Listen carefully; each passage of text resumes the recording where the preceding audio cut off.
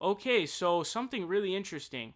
Anna Kasparian of the Young Turks finally released her silence on Dave Rubin. Now, Dave Rubin, of course, was also a former host on the Young Turks. Now, I recently talked about a video in which he was at the Oxford Union and he was talking about his conversation with the other Young Turks hosts about the Israel Palestine issue, in which they got into a pretty heated debate. Pretty heated.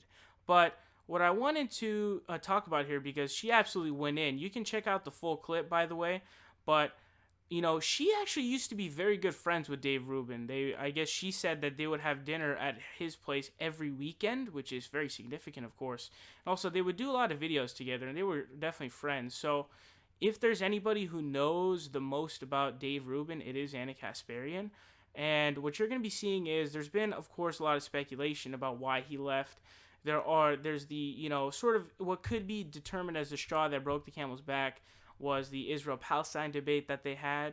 But also what you could deduce is the money. And that's what Anna Kasparian is going to talk about here. Check it out. Finally tell the truth about why he left the Young Turks. He wanted to make a six-figure salary to host a 30-minute-a-week show when everyone here, because we work for an independent news company, was getting paid far less while working 12-hour days. Wow, so that's pretty big. Honestly, it's pretty big because, again, if there is anybody that knows Dave Rubin, it is Anna Kasparian. And I am really inclined to agree with what she said because it is interesting that he clearly has no political convictions whatsoever, no political actual beliefs whatsoever at all. And it makes sense because you can tell just how little understanding he has and such a small grasp on things. I'll give you an example. So when David Pakman questioned him on his position on taxes, because he says, I have huge capital costs for my studio, and if there are higher taxes, I'm not going to really be able to pay for those.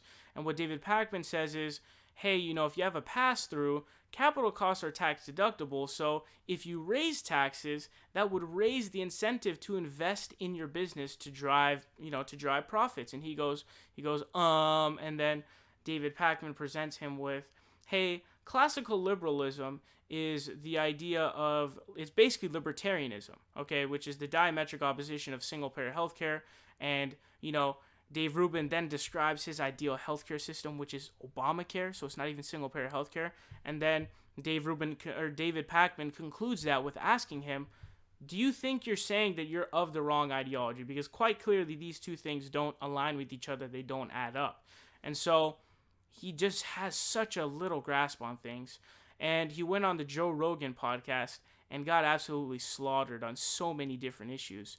The USPS, it was so embarrassing because with the USPS, it was a cell phone more than anything because he was trying to compliment the UPS on what they do, but in the process, he was trying to give an example of what the UPS does, but then the people that actually do the example that he was giving was USPS.